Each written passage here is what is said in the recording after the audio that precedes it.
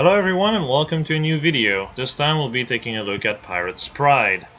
Before we start, I have an announcement to make, and it's a pretty big one. I will stop doing YouTube by the end of the month. I know that for some this might actually come as a shock. To the others, they already heard about it through Discord, because they've been here when I basically started talking about it, but I think I'm genuinely going to call it there for making content in general on YouTube. I will still be doing things over on Twitch. In fact, I might actually do more. But when it comes down to YouTube, there's just really three reasons why I don't really want to do YouTube anymore. One, this takes a lot of time. And for all the time I put into this, I basically get nothing. I've gotten $80 in 2 years of making content like this. And I'm gonna be honest, it's just not worth my time. And it's not worth my mental health either, which brings me to the second part. YouTube, once you actually do YouTube for quite a substantial amount of time, you're going to start thinking differently than when you started. And this will obviously negatively impact you. For instance, I just want to have fun playing a game, like play RuneScape with Gab, just having a fun time, but I simply can't because there's always at the back of my mind like this voice basically telling you, you should be working on a video, you should be working on this, you should be working on that. Or if I'm done with videos, then the message becomes basically, you have 2 days until you have to go back to work on this, you have 1 day before you go back to work on this. I know you're tired, but you gotta work on this, and it's the type of thing that's extremely toxic to yourself. It's extremely toxic also to just your mental health in general, if you are like this. Obviously it was not as bad in the first year and a half, because I was very passionate with Heroes. I thought Heroes would just keep going better, and so on and so forth.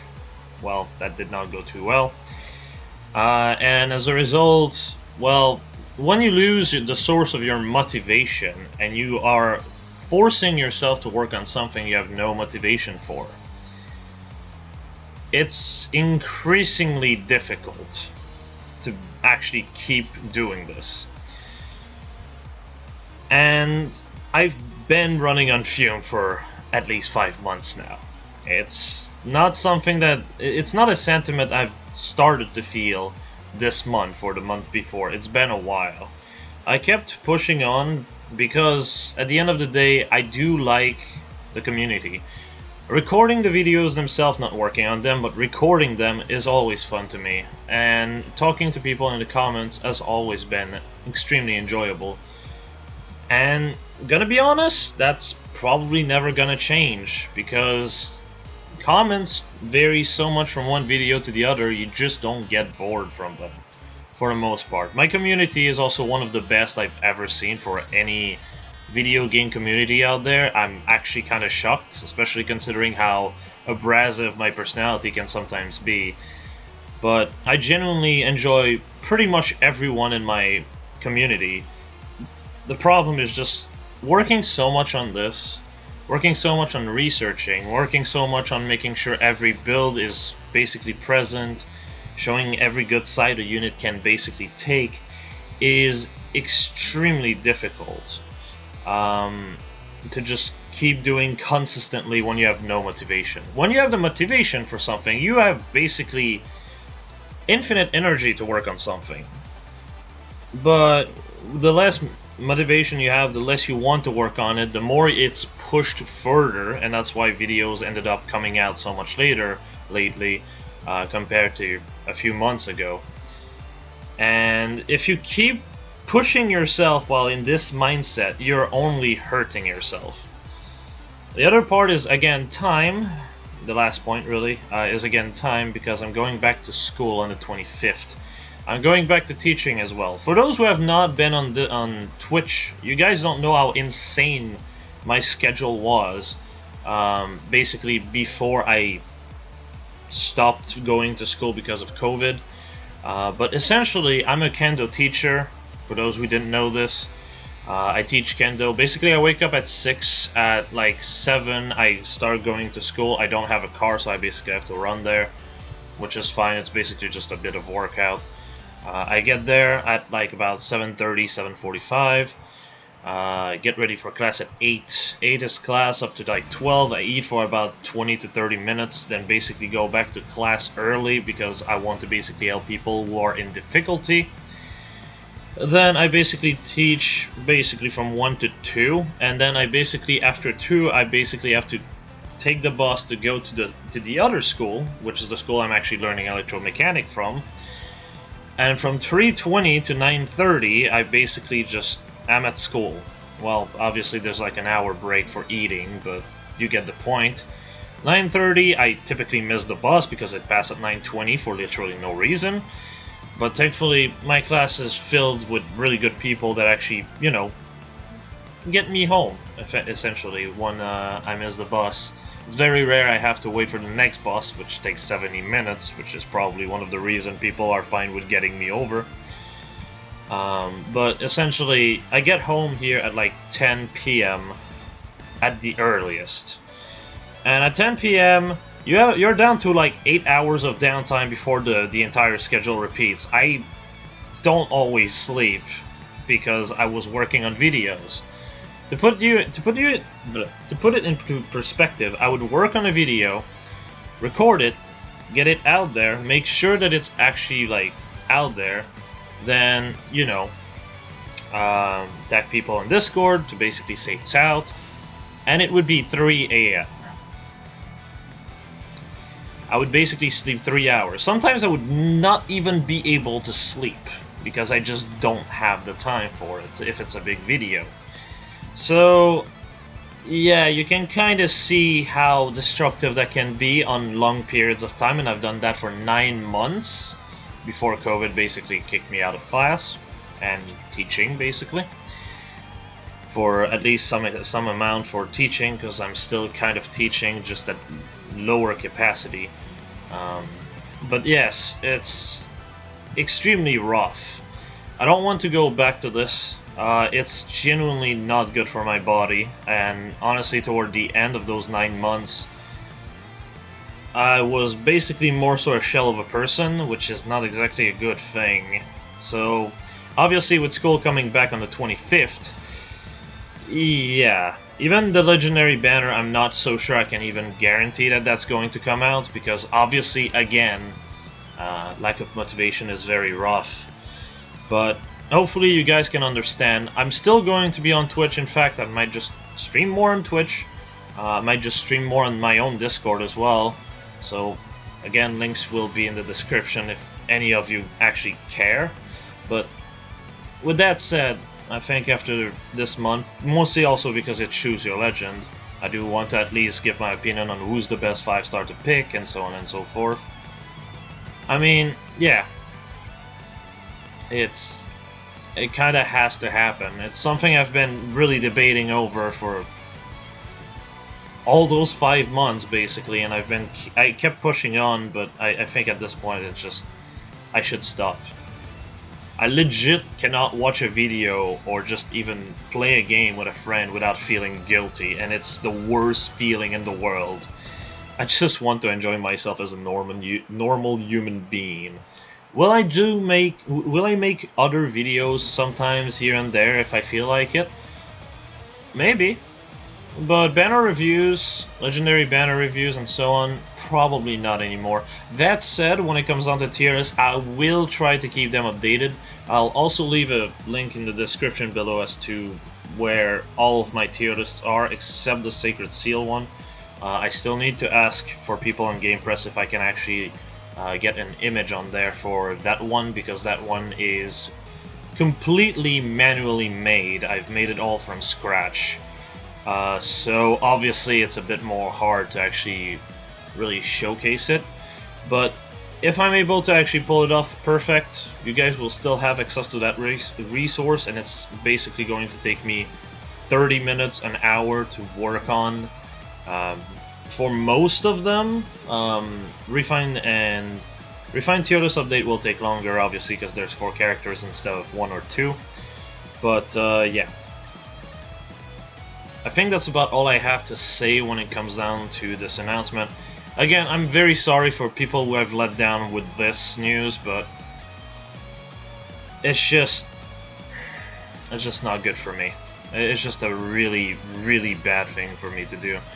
And most people also on Discord were pretty accepting of it. I was pretty happy about that, honestly, because it's rough. It's not the type of thing if I could avoid it, I would, but no, it's just really bad for me. But anyway, enough of this. Let's talk about the actual banner, eh? 10 minutes into the video, can actually start talking about the banner.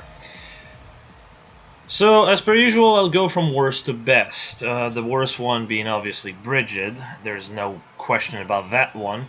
It's literally Joshua, but again. But, yeah, let's get started.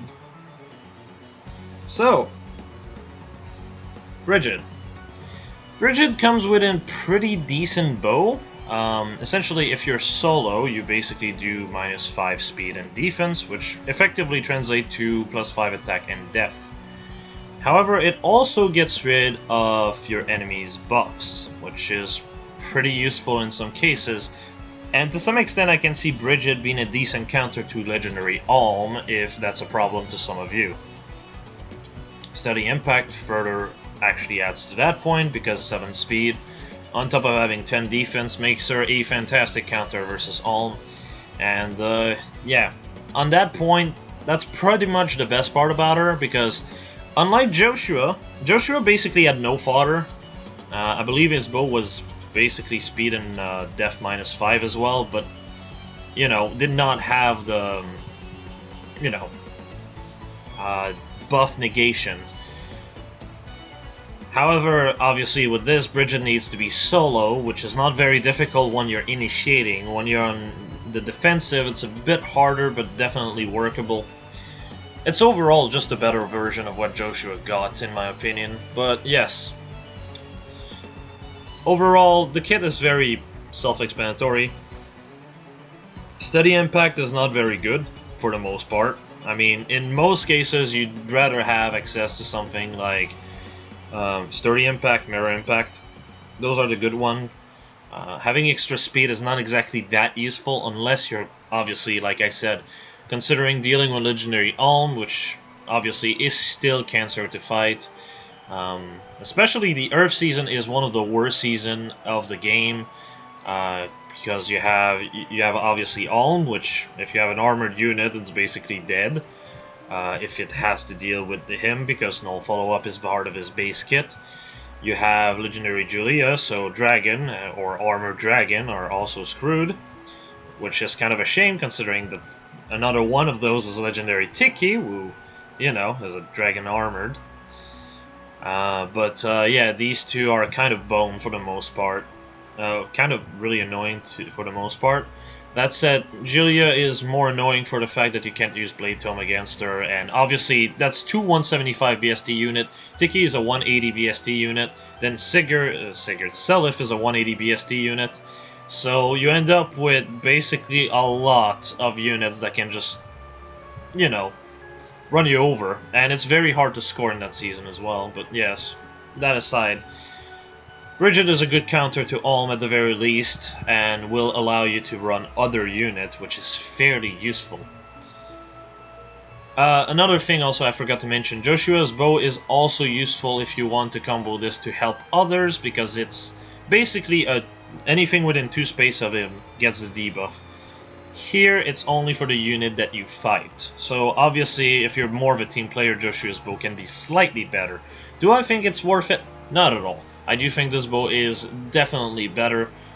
Getting rid of speed buff and def buff is kind of huge, and also having a condition that's very similar to Joshua, basically it always worked for the most part, it's just better, because when it comes down to having debuffs within 2 space, like for example Halsey's skill, or you know, Joshua's weapon, you basically have to deal with melee ranged unit. If you don't deal with melee ranged unit, it's pretty much pointless. Basically, it basically becomes Helm's Bow without the buff removal, which is not exactly amazing. Also, an interesting detail for like all two of you who actually gives a shit, but Bridgette here is drawn by the cipher artist of Edain. Edain is Bridgette's sister. Just thought I'd point that out because the art is actually very good for the character, and kind of a shame that she got shafted for a second time. And only people who have actually cared a bit about FE4 will know why I said a second time. I'm not going to go in depth on that one because that's a spoiler. Anyway, moving on to the comparison. Obviously, it's going to be Ygritte. I don't think I have to talk too much about this one. It's pretty self-explanatory. Ygritte has better all-around bulk, and her weapon also does -5 attack. You see, Bridgette's weapon does -5 speed and def, which to some extent is very similar to Ygritte, but Ygritte does -5 attack. So essentially, put her def to 35, so she has more def overall than Bridgette. Though Bridgette can refine to defense, of course, but then comes the res, and you kind of realize that it's 33 versus 23. Even if you refine that into res, you're kind of in a bad position. I actually forgot to put the weapon here with the refines, but I think you can kind of add 1 and 1 together. As far as the attack is concerned, obviously also Bridgette is behind by 3 attack, because 14 might versus 12 might bow. So that's kind of awkward, but to add insult to injury, Ygritte also gets cooldown -1, which Bridgette just simply doesn't get. Yes, Bridgette gets, you know, buff removal, but it's not like Ygritte can't use that either by just using the weapon if she should so please, and her mixed bulk makes it overall better. It's kind of a... well, yeah. Joshua, but again, what a surprise. I still don't understand what they really care about red bows. I think the idea is because all of these units were designed back in the period where people were like, man, we want red bow, we have not gotten a single red bow at all yet. Oh my god, another green bow? Like, in that period of time. Because I'm gonna just point this out, we have 4 red infantry bow. Only one of them is good, because she outshines the other 3 by a mile. And then the other colored bow for infantry units are Crom and Lucina and Lyn, all of which are legendary, which are not easy to pull at all, so even if you made a 5-star exclusive for these, obviously infantry, that's not bad at all. Because again, Crom, Lucina, and Lyn are legendary, and Lyn is pretty bad.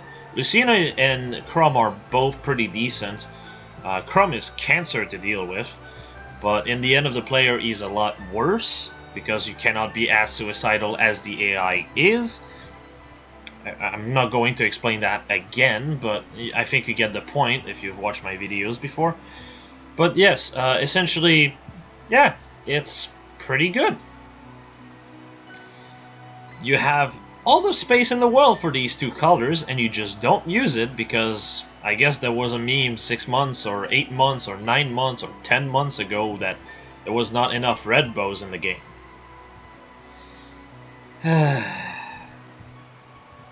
It's the same situation as Selena and Joshua in the last banner. If Joshua had been green infantry, it would have been amazing, purely because there's no other option except Lyn, which is not a good one. And then, if Selena had been red, we have 3 red mage cav to this day. I do not understand how that's even a thing, but it is. And one of them doesn't even make sense, which is kind of funny. Actually, 2 of them don't make sense. The only one that makes sense is Leo, because you have Titania, who never was a mage cav, but is seasonal. And then you have Secret Memories Erica, which is a what-if scenario. Like, what? Yet for some reason, with all the seasonals in the world, we have gotten literally, outside of Titania, no red mage cav. I don't get it.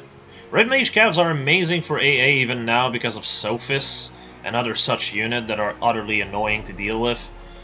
Surtur, for example, as well as Edelgard, again, for example.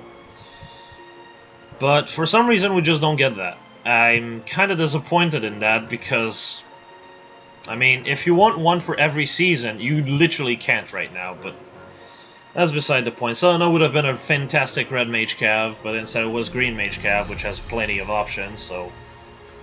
But yeah, enough of that. I'm not going to make a build for Bridgette because, again, just like Joshua, there's no point. Ygritte is simply a better pick. Also cheaper, because seasonal are only there once a year, and will appear once in a lifetime on the double seasonal banners, which are, I think, are bi-monthly at this point, which is just not really great. So, not really worth going for her. I still pulled for her because I wanted a copy of her, because I just really like her art, and I like Bridgette. So, yeah, I mean, if you're like me, might as well do that, right? Again, if you like a character, don't let me dissuade you from building them. I'm just saying from the point of view of someone that care about their orbs, especially with Choose Your Legend coming, though I'll just point this out here and now. I'm not sure if I pointed this out in another video, but I'll point it out again. Choose Your Legend will get in banner, will be the next banner, basically, yes? That doesn't mean anything. If you want to plus 10 the unit, you should get to the point that you can spark and stop. And I'm pretty sure some of you are going to be like, why? But for most other people, they'll be like, oh yeah, I know where this is going. Because I've said this many times on Twitch. Choose Your Legends banner always get a rerun on the anniversary. Like last year we got 1, 2, 3. The year before that we got 1 and 2. And we get like free tickets. It's a hero fest, so the rates are just better than the upcoming banner period. So, I mean, I think you get the point. If you want to plus 10 the unit, plus 10 it there. Don't plus 10 it now, because it's going to be more expensive overall. You can save like about 1,000 orbs if you do that. Maybe even plus 10 a second one as a result.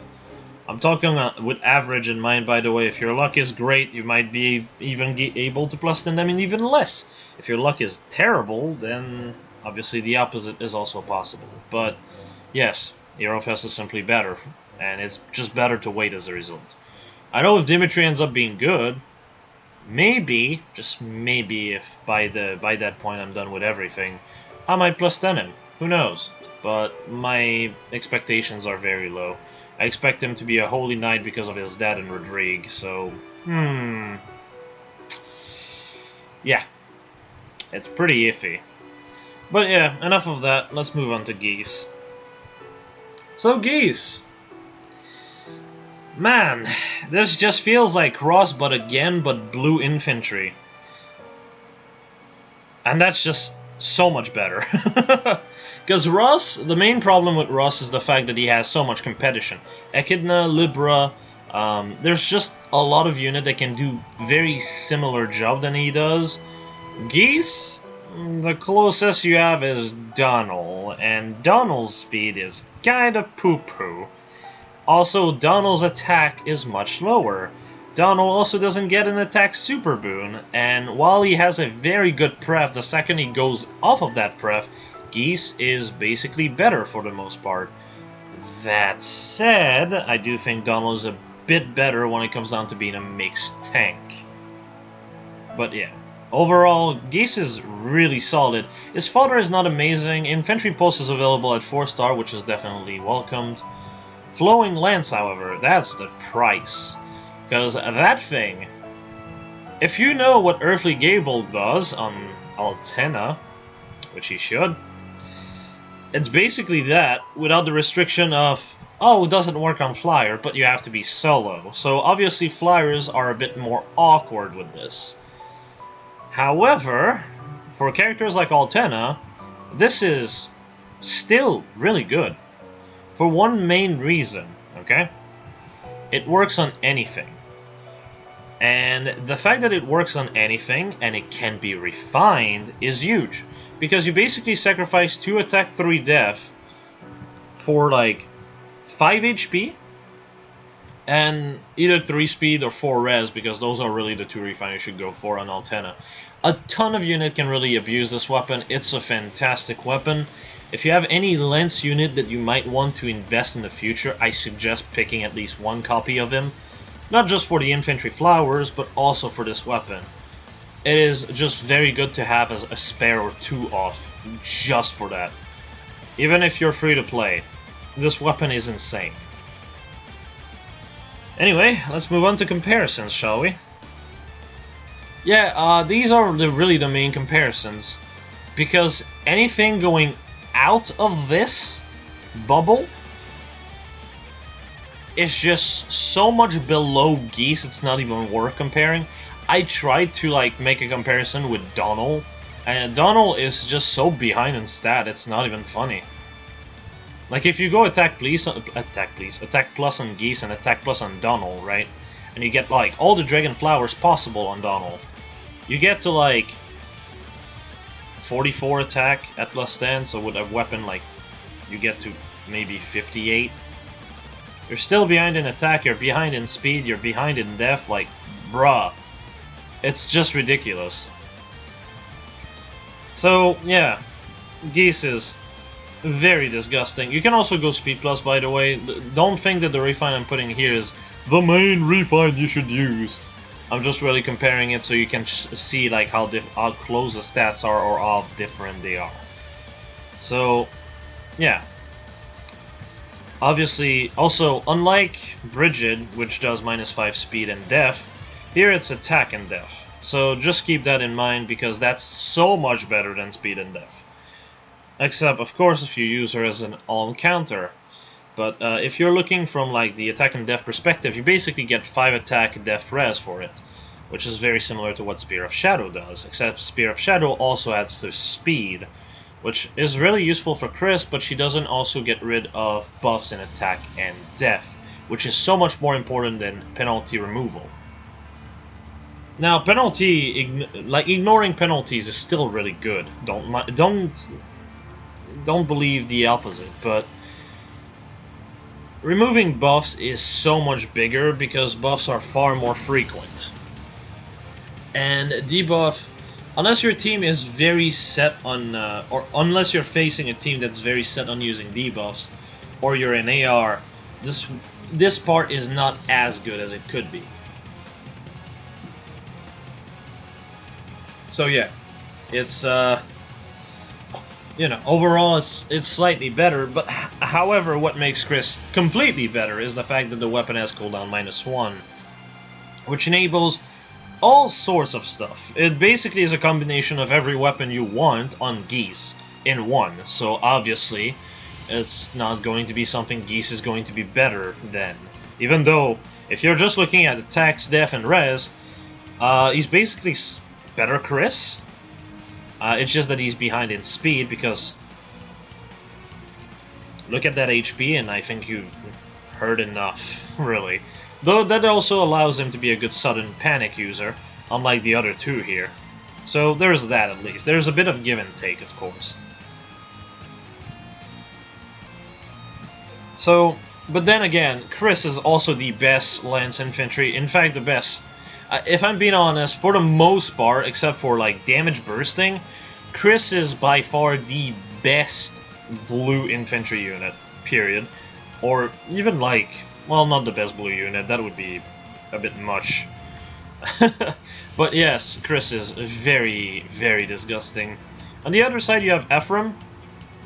Ephraim has double effectiveness, but overall less damage than you do, because obviously Flowing Mass essentially gives you 5 more attack, because it removes 5 def on the enemy, and the enemy cannot buff their def, something Ephraim will not be able to do unless he has a lull skill. Which is another thing that makes it so good. Yes, it's not as good as on an infantry as, say, an armored unit or a flyer unit, because these cannot use lulls to begin with, but this is effectively a lull. So, you know, Ephraim can use low attack def to make up for it. That is true. However, while Geese doesn't need it, he can actually run something like Craft, something like a low attack speed if you want to have even more bulk, and also more speed to make up for his speed. Um, or also, like, Special Spiral. Like, there's a lot of options you can have. This is, honestly, overall, a really, really, really good weapon. And that's kind of the type of weapon that makes you go, wow, Ephraim is not that great. Though Ephraim is amazing when it comes down to using Gale Force. He's very good in also Arena to some extent because his follow-up, guaranteed follow-up, can actually go through stuff like Surtur because he'll be able to hit him twice. And even though they're green, you have effective damage twice, so... I mean, if Chrome has taught us anything, color doesn't mean anything. And as a result, Ephraim is very annoying to deal with. Warrior Fighter does not stop him also because of his speed. Very easy to work on his speed. And in fact, you can also do like Wind Sweep and Water Sweep stuff, which Geese cannot do. Because, again, since this weapon gives you an extra follow-up, as long as you have more attack than the enemy, you can run something like Wind Sweep and just not take any damage while hitting them twice. Which is pretty helpful. But yeah, just one thing among a lot. If you use Wind Sweep, of course, and with Heavy Blade and all of that shtick, obviously, ideally, you might want Times Pulse to make so that you have Gale Force after your 2 hits, because otherwise you won't. But other than that, like, it's very solid. That said, when you're looking purely from a stats perspective, and the fact that Geese has a free B slot, not taking his B slot, I'm gonna be completely honest and say that Geese is overall better. He has more flexibility when it comes down to switching weapon because his stat line is just that good. Ephraim's stat line is good, don't get me wrong. I mean, it's literally, you know, Edelgard's stat line, which was a very good stat line at the time, and even now, in fact. But the fact that he doesn't have cooldown -1 like Edelgard makes him basically a crippled version of Edelgard, and also means that if he has to switch to Slaying for, you know, certain sets, Geese is pretty much going to outpace him. Because keep in mind, Regan Leaf is 19 might. So, with a 14 might weapon, he's at 58 attack. 58-38. If you go attack plus, I believe he's going to be at 61-35, which, I mean, it just moves the problem to a different location. Now speed is a problem. So I think you can kind of get the problem here. Overall, Geese is just more flexible. But yeah, Geese is very solid overall. The main reason why he actually works also is the fact that he's a 4-star focus. If he was a 5-star focus, I would not be as kind as I am right now with him, because the thing with Ephraim is that he's been on the Hero Fest, he's been on 2 banners, so obviously, you know, plussing him is fairly decently possible, unlike something like Geese, if he was a 5-star exclusive seasonal, so, you know, there's that.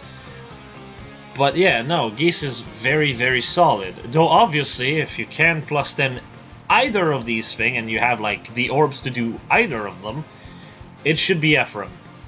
By far, it should be Ephraim, because he scores 185 BST in Arena, and his duo skill can be useful here and there. But other than that, like, let's be honest, Geese is pretty much better on everything else. And cheaper. Moving on to builds, to the left we have the typical Raph set. Something I keep not mentioning whenever I do this set is the fact that Raph gives you a charge. The thing that makes Raph so good as a result is the fact that you can basically just take damage and still have Ruptured Sky ready, so stuff like Sophis will still take Ruptured Sky to the face. On top of 10 damage. On top of a unit with 66, 70 attack as Join Drive's attack, then, you know, that goes down to 56. She typically has about 34 def. So with the weapon, that's 39. So you do, you know, 17. Plus you take 40% of her attack and put it against her, so that's 41 damage. Oh wait, I forgot the 10 damage from Raph. You're now at 51, which can actually one-shot. Yeah, That's kind of one of the good thing about him. And if the goal is just to one-shot stuff like Sophis, of course you might want to go for attack res solo or brazen attack res, just to be more consistent with the one-shots. But other than that, it just proves and goes to show how potent he is.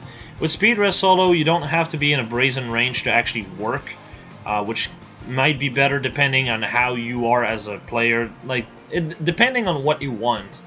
Having instant stat or needing to prep for a stat but slightly better yield, really, it just comes down to preference, okay? But yeah, with speed res solo, you're basically looking at 70 attack, 51 speed, a bit more than really needed, but that doesn't really hurt at the end of the day. Can be useful here and there. As well as 42 def and 41 res, which is very solid overall. Again, this is a 4-star unit, which is kind of shocking. Geese is very similar to TSA Marv, aka the kid version of Marv, for those who don't know abbreviations. But yes, he's about just as good as he is, purely because, hey, Marv needed a spec to really, you know, make himself seen as a good unit compared to other red units, because red is such a saturated pool. But blue infantry units, the only good, like very good units are either locked or pref, like Est, well, or lance unit in general, like Est, Tsubasa, what's the other one? Cordelia, Donald. But, you know, they're kind of stuck to those pref, and if they go outside of that pref, Geese is just simply better, or they're 5-star exclusive, or kind of a combination of both. So yeah. On the right is with Flowing Lance. Originally I wanted to do this with Harmonic Lance, but at the end of the day, removing 5 of defense and hitting twice kind of ends up being the same thing. So yeah, also making so that the enemy doesn't have a def buff may actually yield even more damage than what Harmonic Lance can do. So yeah, Harmonic Lance is effectively worthless, unless you're basically doing one hit and that's it. But yeah, essentially with this, you're looking at 75 attack as well as 51 speed, which is really solid overall, offensively speaking. In terms of defense, you're basically looking at 47 defense and 46 res. Again, the enemy cannot buff their attack, which is again extremely solid. Basically, opens a lot of options for you, and you might be wondering, Dragon Fang, why? Because it's really the best spec that you can get. You don't buff your stat with Flowing Lance, you remove stat from the enemy, which again is better than buffs, because the problem with buffs is that they will basically, if you're dealing with a combat disadvantage, 5 extra attack becomes 4 because of the combat disadvantage. If you do -5 attack, however, that stays 5 attack for you, even with the combat disadvantage, which is very useful. But yeah, essentially, Dragon Fang will do more damage because you're at 75 attack, so you do 37 damage with it, which is insane.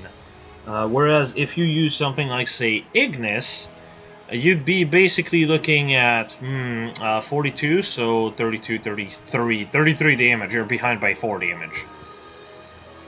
Even if you're not buffed in attack and buffed in defense, Dragon Fang is better. So, yeah. Not very great.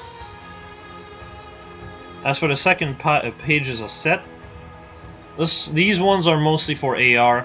And hey, Spurn, I actually feel like I can actually showcase Spurn without actually feeling like it's a very bad skill like Close Call and Repel.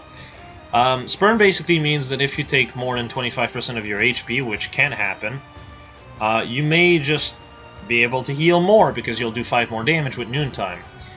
Essentially, the idea is to do so much damage that you can actually consistently heal yourself up. This is, again, mostly something that's used in AR, but essentially, you have 62 attack. With Joint Drive attack, you're at 66 attack. This is obviously with Brave Lucina, so, you know, with drive attack from the weapon, 69 attack. Nice. And then with 69 attack, you basically can just get hit, proc, and then potentially get an extra 5 damage on top of this. And because your speed is at 54, which is fairly solid, you might also get a follow-up and kill the enemy as a result. The only problem is if you have to deal with impact skills, because impact skills will utterly screw you over, or Bramimon, which also will make so that you cannot get buffs from Brave Lucina. Which can be very awkward because he gets an extra follow-up as well, which is very dangerous. So even if he just has an impact skill, you might just double you as well, which is very rough to deal with.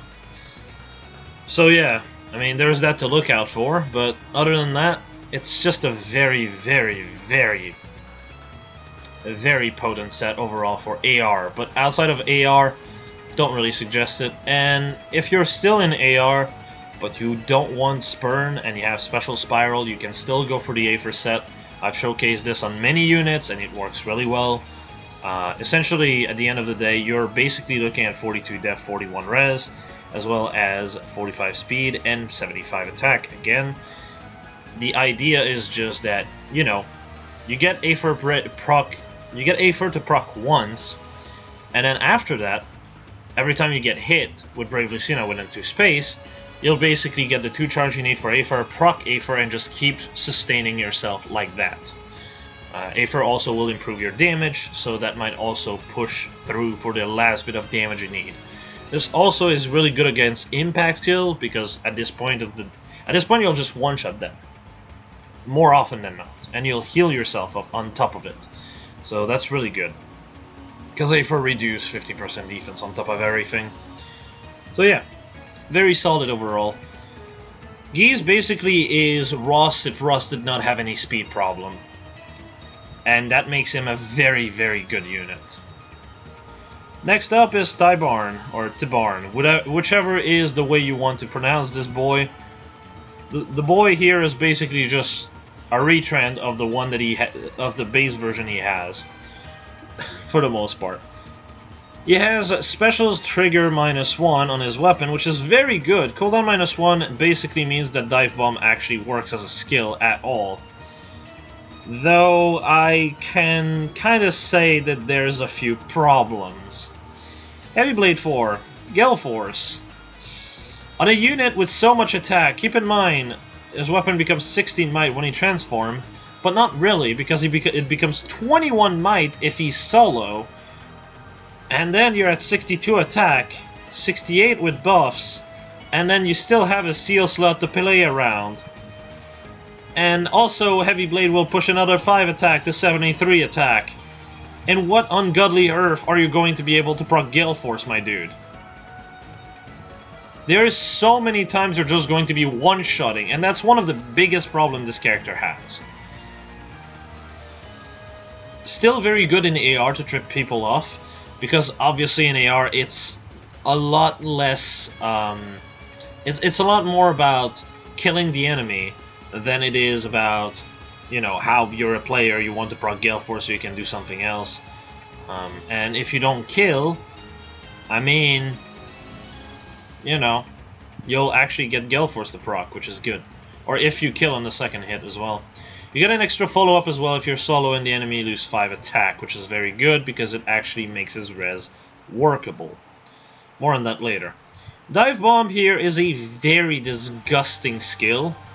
It's effectively basically what makes Tsubasa work so well as a unit, which, in case you don't know how good Tsubasa is, Tsubasa with Brash Assault, which combos into her weapon, means that she can literally KO any armored unit, including stuff like Surtur, like it's nothing. And it's very easy for her to pick when to have Desperation or not, because if she's the first one to act, Desperation is not on. Which is very good, because then you can just pick your fight, pick the one fight that gets you below 50%, and then just go to town on the rest. Obviously, it's a bit, you know, gimmicky, but it's a gimmick that can actually work, and Dive Bomb is very similar in that way. A lot of units can actually quad. Paula was basically redeemed with this skill. I'm not even joking, because even if you have the TA effect on you, Even then, if you get to quad on them, it doesn't matter nearly as much because you can hit numbers such as like over 70 attack. So, you know, it's very easy to work with. That said, it's nowhere near as ideal as it sounds. Obviously, because Cancel Affinity is not a seal, so if you have to deal with very high def blue units, this is a problem.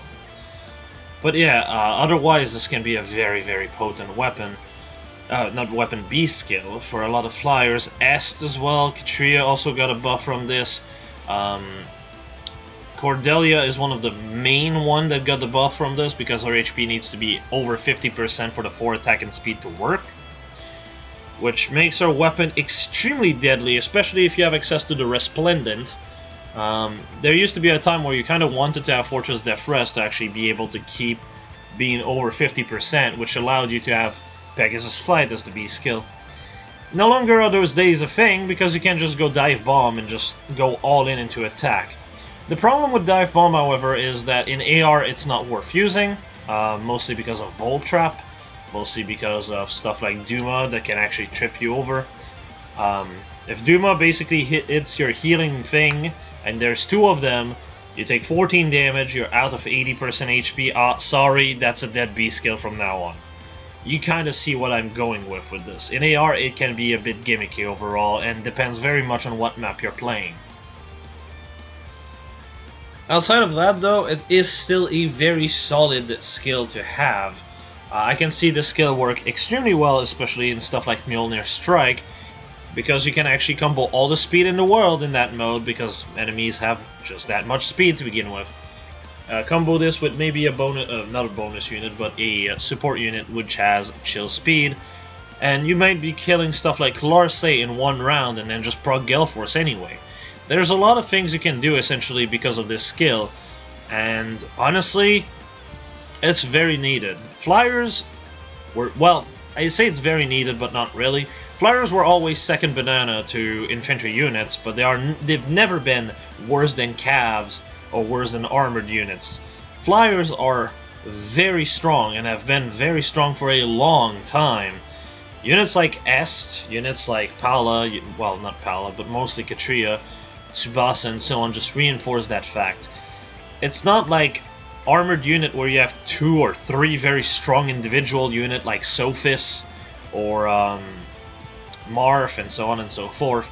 It's just a very, very consistent with very good unit.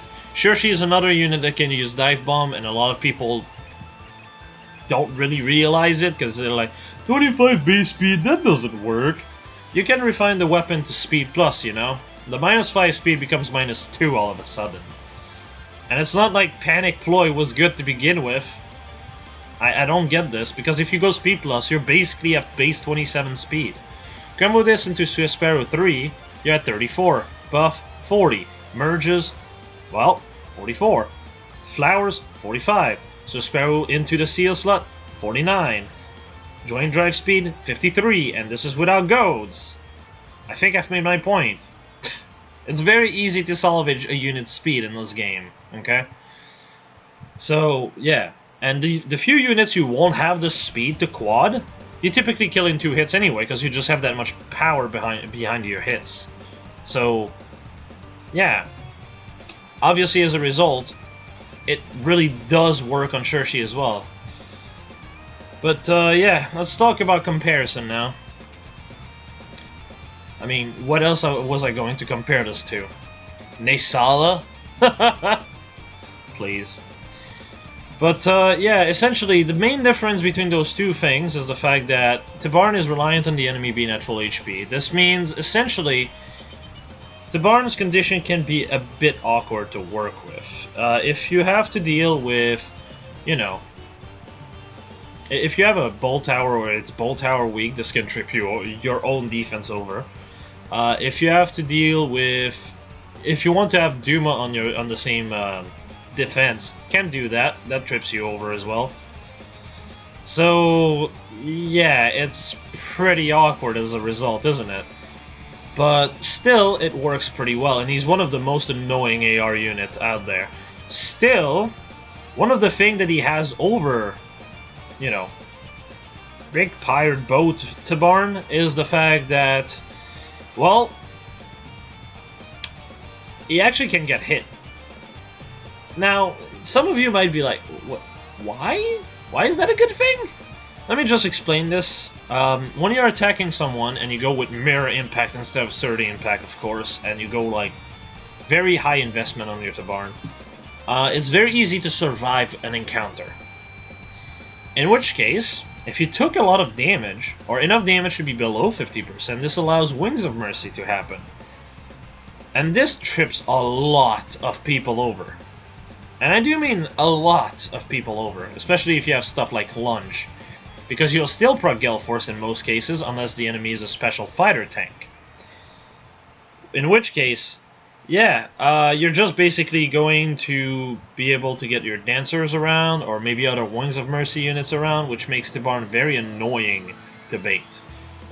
At least at high investment. Thankfully, it's very rare you come across this, and this is kind of why I point that out, because a lot of people don't really realize how annoying that is to deal with. But yeah, Shipless Tabarn here cannot do that. He can't do that because he just doesn't get hit. If his weapon works, and the B skill works, of course, he just doesn't get hit. And it's very hard to get in a situation where the weapon doesn't work, that you actually want to attack with. And in defense, you have no control. So obviously, this can be a bit of a problem. But yeah, as a result, I do think for that very particular niche, Base Tabarn is slightly better. Unless you get rid of Dive Bomb, but at the same time, it's like, why would you? But yeah, also the part where he doesn't kill as easily. Keep in mind, I believe this is with their stats transformed? No, actually, I don't think those are transformed. I didn't transform them because both of them are Lagoos. But yes, essentially, keep in mind that, you know, Pirate Tabarn has 64 attack because of his weapon, and 45 def, and 30 res, which makes him completely better than Base Tabarn otherwise. But again, Base Tabarn doesn't kill in one hit as consistently, which does do wonder to make, you know, this Tabarn work. So yeah, all that to say, Base Tabarn still has some uses, but this one is, for the most part, better. Now talking about builds, set on the right is very obvious. This one is just so Gale Force is slightly more consistent. You still hit 70 attack with this, by the way, and when you are doing the check for Heavy Blade, you have basically 75 attack, because the enemy loses 5 attack as well. So, you know, 65 attack by itself would be pretty low for Heavy Blade, but this is 75, so it's not nearly as bad. But yeah, this is mostly for Gale Force. Obviously, at the end of the day, it's still a bit shaky, but it does give you a bit of bulk. This is another problem Dive Bomb has, is the fact that if you are the type of unit that wants to just rush, or not the type of unit, the type of player that wants to rush in with Tabarn, you kind of have to do hit and run to keep your HP as high as possible. But with Fortress Def Res as your set, it's not as bad, because you end up with effectively 42 res as well as 57 defense. So it's definitely workable at that point. You can definitely make this work and be an enemy phase unit as well. Set on the left is a set with Gale Force, obviously with Mirror Impact. This one is basically the set I would recommend if you want to talk about Base Tabarn, or you want to do something similar to Base Tabarn. But again, Base Tabarn is more consistent at getting Gale Force off, because this one just one-shots too consistently. Especially with Mirror Impact, you're looking at 78 attack. But you're also looking at 51 def and 46 res on the initiation, which makes it very hard for him to take that much damage. And then Mystic Boost procs, and you just keep healing yourself back up to full anyway. Mystic Boost is basically the only option he has, because Pegasus Flight is locked to Lance, Sword, and Axe Flyers. And that's kind of all you have outside of Aerobatic and so on. The thing with Aerobatic, though, and such skills is it's completely pointless. let me explain. And this is true for every flying Lagoose. You get 3 movement. The most movement you can get with aerobatics and flyer formation is 3. Because you have the character that's 2 squares of you, and then you can basically move an extra square next to said unit. So that's 3 square. It's the same movement as if you had no aerobatic, or if you had aerobatic. It's the same thing. So unless you plan on using him not transformed, which I don't know why you would, it's kind of pointless. So yeah, Mystic Boost kind of becomes the only option. The other one is the tank version. Now this is where I was talking about, or what I was talking about rather. Keep in mind here, all he needs to do is to block follow-ups. So as long as the enemy has 50 or less speed, you still double because you're solo, okay? And everything here is solo on the left, of course. So essentially you end up with attack rest solo pushing your attack to 74, the weapon to 79. So, you know, 79 attack, 46 speed because speed rest solo. Already there, you're in a good position. You will always double, unless they have no follow-up, of course. And as long as they have, you know, 50 or less speed, they can double you either, which is very solid. If you think speed will be a problem, because I put attack smoke because he can basically work as a lone wolf, which is very good, because at that point the -7 attack is huge. If he work as a lone wolf, I mean, at the end of the day, can't really use drain skills, right? If you plan on using him more like close to you, drain drive speed is a good option to also push that speed requirement even higher for the enemy to W to basically 55. But yes, otherwise this is very solid.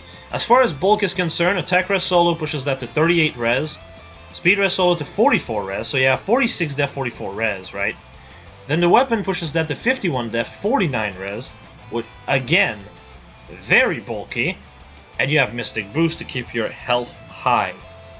Also, obviously, if you also attack into the enemy, and you have attack smoke proc, hey, that's pretty good. You're basically looking at 58 def, 56 res, and it's multi-phase. The only problem becomes ranged units. Though keep in mind, when it comes onto the barn, you get into this problem where, I mean, if you have to deal with snipers, right? Or not snipers, goddamn Arc Knight getting in my brain. If you have to deal with archers, you're kind of boned, so keep that in mind. Iodate Shield is not something I would even recommend. It's taking a very important slot at this point. It's very hard to recommend Iodate Shield on literally any units. So, you know, there's that. But, you know, other than that, it's pretty potent. Mages are also going to be kind of a problem because you can't hit them back, but they should not be able to do too much damage unless their name is something like Ophelia or Lysithia, which are basically very strong damage dealer. He doesn't have to deal with combat triangle either, so yeah, again, very solid. The only thing that he might have to deal with is the almighty Nagy or Leon, which is pretty much still dead because he doesn't lower damage whatsoever outside of the combat triangle. Yeah. So yeah, on the set on the right is a set with more, you know, distant counter, so you can actually deal with mages. Keep in mind, okay, I did not put the skill here, but distant ward is also an option. Keep in mind that you lose the ability to deal with dagger units then. Bow units were already out of your reach to begin with, so there was that. But obviously, as a result, if you have, you know, if you have something like, you know, if you have distant ward, which is very difficult because that was a New Year skill. Been forever, hasn't it? You're basically looking at 77 attack because of the weapon, as well as 46 speed, 51 def, and the res jumps up to 51 def and 47 res. which is very good to deal with mages. And again, if you do attack smoke, this jumps up to 58, 40, 54, which is very solid. But again, keep in mind, daggers will be not an option you can deal with. So it's a bit of a give and take. But yeah, same situation here. If you have this encounter, however, it still works. You're basically at 72 attack, 46 speed, as well as 51 def and 42 res, which is very solid overall. It's just like I said, ward counter, I think that's how it's called, is very solid as an option as a result. Or warding counter? I don't know how it's called exactly, it's been forever. But yeah. Next up is the best unit of the banner in my opinion, Veronica. This is mostly because Tabarn already had a unit that did very similar things to him. In fact, he technically has two because of Naysala. But Veronica is an Axe Cav, okay? When it comes down to Axe Cavs, the only option you really have are Wall Heart, and then you go into Beasts. Like Yarn. Yarn is the best Gale Force green unit of the game. Because he basically... He doesn't even need Heavy Blade. He hits, hit, gets under 75%, gets 2 charged Gale Force procs. Every time. And he blocks follow-up because of his weapon as well, which is very solid for his survivability. So yeah, Wall Heart is kind of the only thing you can compare this guy to. And you'll see very soon, it's kind of a massacre. So, alright, when it comes down to this weapon, it really goes to show how useful a pref can be. Though, this pref is definitely not as good as Tabarn, if I'm being honest. Tabarn's pref is so much better because removing attack is just so much better. Also, the fact that this weapon removes 5 res... I don't get it. It's not like you can run Sorcery Blade, because that's infantry locked. What's the goal here? I guess Iceberg is going to do 2 to 3 less damage. Woohoo! Yes, overall this weapon is very solid because it guarantees follow-ups. Still, it's kind of funny that you have this as a Resident Hero, right? And I can just imagine, oh, it's Thrakia week. Oh, look, Marita with her no follow-up, what do I do? It's very silly. It's very, very silly. But essentially, the idea here is that this weapon can be comboed into a variety of things. You can combo this into Desperation for one. You can combo this into Windsweep if you want to be a mad lad and go into speed. More on that later. Overall, she is very solid. It's very easy also to get her below 75%. Because you can just initiate on something, right? You can just basically go in, just hit, get hit, hit again. Potentially proc Gale Force if you have Heavy Blade in your seal slot, that's also an option. And you can still proc Gale Force even with Desperation. Or you can just run Desperation Bonfire. Hit proc. Again, very much an option. Cooldown -1 opens so many things when you have a guaranteed follow-up on top of it. It's overall a very solid weapon. As far as attack def solo is concerned, it's basically 1 extra attack and def. I don't know what else to say. You get more stats. And I guess it's another 300 SP scale for Arena. Still, you should probably keep the first copy you have of her if you do get a copy because Resident Battle. But yeah. Let's go to comparison. Or actually, let's talk about the Harmonize skill.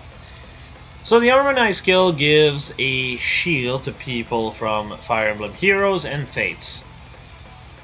Doesn't mean a whole lot, if I'm being completely honest. But essentially what this means is that you get 4 def, 4 res, and the enemy cannot make a follow-up.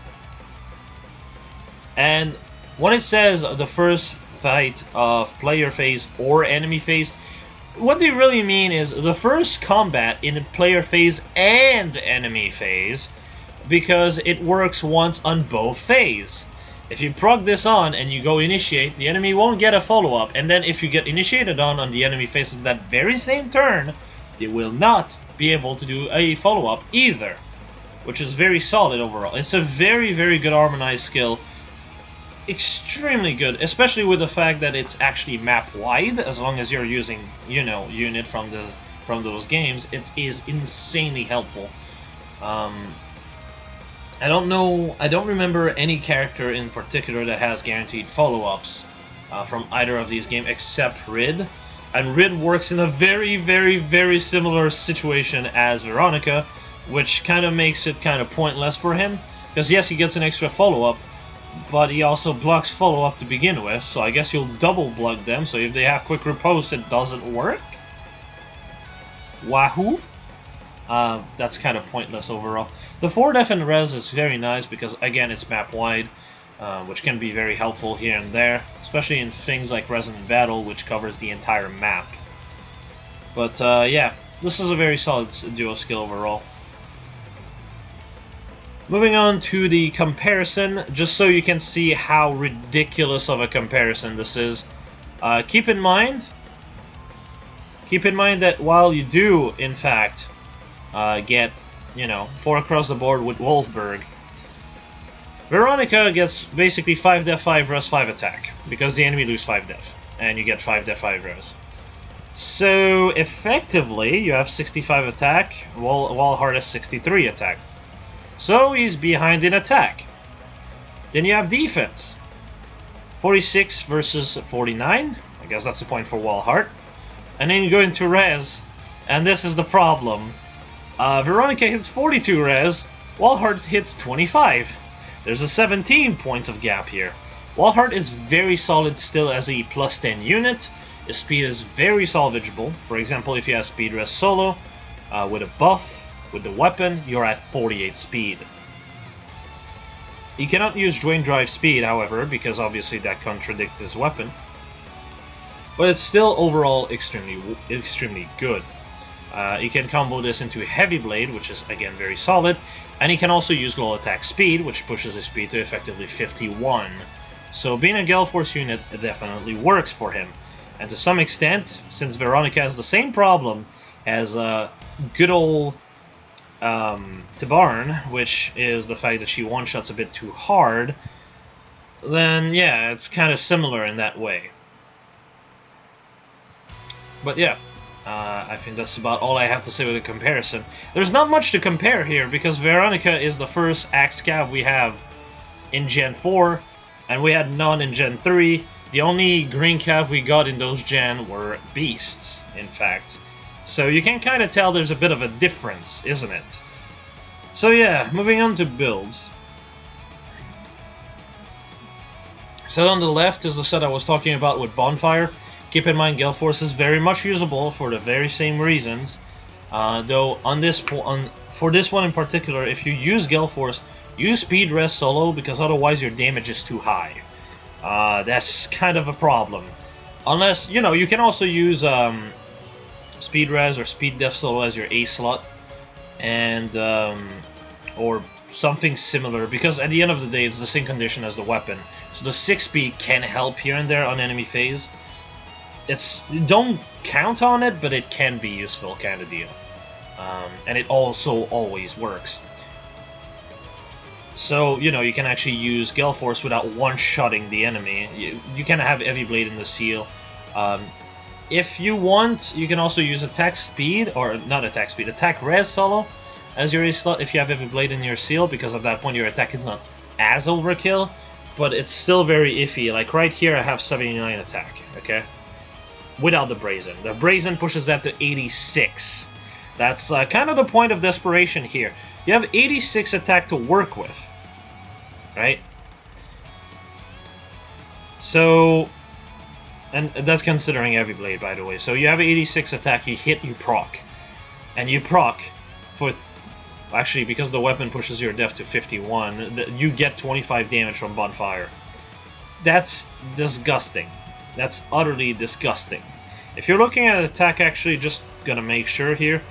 You have 69 attack, Brazen pushes that to 76, so that's going to be 21. That's going to be 22 attack, so it is behind. So yes, overall, Bonfire is the best option. 86 attack times 2 with a 25 damage proc is extremely disgusting to deal with. There's not much to do about it. And again, the effect of the weapon is multi-phase, it just requires them to be solo. Or her, I guess, whichever it is that you want to talk about, Veronica or Xander. At the end of the day, it's very solid. And again, multi-phase. As for the speed set, this is with attack plus. Keep in mind you can go speed plus for even more speed. Okay? But essentially, the weapon is at 29 speed, the A skill pushes that to 36 speed, low attack speed pushes that to 39 speed, speed rest solo pushes that to 45 speed. If you go speed plus, this is going to be 48 speed. However, the reason why I went with attack plus is the fact that if you initiate on someone, which you will most likely, you will double them, so you'll basically hit, get hit, proc, kill them. If you just one shot, that's also fine. That's absolutely fine. The fact that Bonfire is a 2 cooldown, you don't need Heavy Blade to proc it every round anyway. It's only important for desperation sets. So just keep that in mind. But yeah, you're basically at 45 speed, but after you kill the enemy, anything that's around that unit basically lose 7 speed from Speed Smoke. So you'll be able to push 52 speed, 55 speed if you want speed plus. So yeah, you become extremely speedy, and your damage is not bad either. You're at 81 attack. That's really good. As far as bulk is concerned, 46, 45 because of speed rest solo, 49, 48 because of low attack speed, and 53, 52 because of the weapon. Again, this is multi-phase. So, you know, very solid overall. And then the last set, for, you know, obvious reasons, the good old distant counter, the good old reliable as it is, because you still do the follow-up. Now you might be wondering why speed rest solo. It's because attack rest solo is not a thing yet. I do think a solo skill is overall better than a brazen for her, because the solo can be used in any phases. This can also help block certain follow-up here and there, or also go through any weapon that actually blocks follow-up a bit easier. Like for example, and this is more important for if you don't have merges on her, because then you lose some speed. For example, if you're dealing with base Surtur as if there's any other Surtur, but Surtur essentially blocks follow-up because Wary Fighter. You can break through that. If you have more speed than him, and you have a follow-up, a guaranteed follow-up weapon, you will actually double through it. And guess what? Veronica can do this. Speed rest solo makes sure that basically, even if the enemy has a speed buff, you will pull it off. Because otherwise you won't. If Surtur is a plus 10 with a speed buff, it typically has around 27 speed, 28 speed with flowers. You have 29, you ain't going anywhere. However, with speed rest solo, you will. Edelgard is a very similar situation as well. If you're dealing with Edelgard, you can also just ignore the fact that she's solo and just double her through it anyway, which is extremely helpful. So, you know, there's that as well. And since Edelgard typically runs Raging Storm, you will be able to proc Bonfire. And because you're able to proc Bonfire, you'll typically one-shot her, which is huge. Again. But yeah, there's that. And otherwise, once attack rest solo ever becomes a seal, that's also an option you can go for. It's very much a pick your poison kind of deal. If you're dealing with AA, and you make her a fire blast, which personally I would recommend against it, I'd say the best position to actually use her is a water blast, because good old Chrom, because again, she's also a fantastic counter to Chrom. Don't forget. Do not forget. Weapon gives guaranteed follow-up, the duo skill blocks follow-up. So unless you're dealing with an impact Chrom, you will double him, and he won't be able to double you. And with the amount of def you have, he's not going to kill you. He's simply not going to kill you. Even if you're looking at, obviously, a plus 10 Chrom fully built into damage, you will tank this. Especially with the fact that you come with low attack def, so you cannot buff his attack nor his def. So it's very consistent at dealing with him, which is extremely amazing. overall, like, she's very good for Resident. She's amazing for AA. She's, well, I guess for Arena if you plus than her. She's just very solid all around. She's also good in a variety of maps. AR can be a bit iffy, but she can work there as well as a Gale Force unit. Very much a good all-rounder. Tabarn is a bit more iffy, but still very solid. I think I've said enough though here. So yeah, in conclusion, this is a very decent banner. Outside of Bridgette, which, of course it had to be Bridgette, everyone here is good. If she had been a green bow, I would have been pretty happy, but then, unlike the situation with Selena and, what's his face, Joshua, where if they swap color, they would both be good, you get in a situation where if Veronica was red, she would just be red, but again. So, you know, I feel more comfortable with this, at least as the alternative. But yeah, and if Bridgette were to switch with Tabarn would just be the same thing as base Tabarn. And then if you're considering Bridgette versus Geese, then Geese would be a red infantry. Who the hell cares? So that's like the only way I have to rationalize this to not feel as bad about Bridgette, but you know. Other than that, again, for people who wanted me to continue doing YouTube for a long time, I'm very sorry. I'm just going to point this out, but I've been extremely negative in a lot of videos recently, and I don't want to bring content where I feel like it's a chore. I don't want to bring content where I tend to be more negative or more prone to be negative purely because I don't want to do this, and so on and so forth. It just has to stop. And, well, I'm very sorry for those people. If any of you enjoy my content and want to have my opinion on something else, do feel free to just join Discord and ask me questions, that's fine. Or just tag me for a question or anything of the sort, that's fine. But videos like these, I won't be able to do. If there's a specific character you want to see, like, is there like some kind of thing I can do with this character, you can just ask me, that's fine.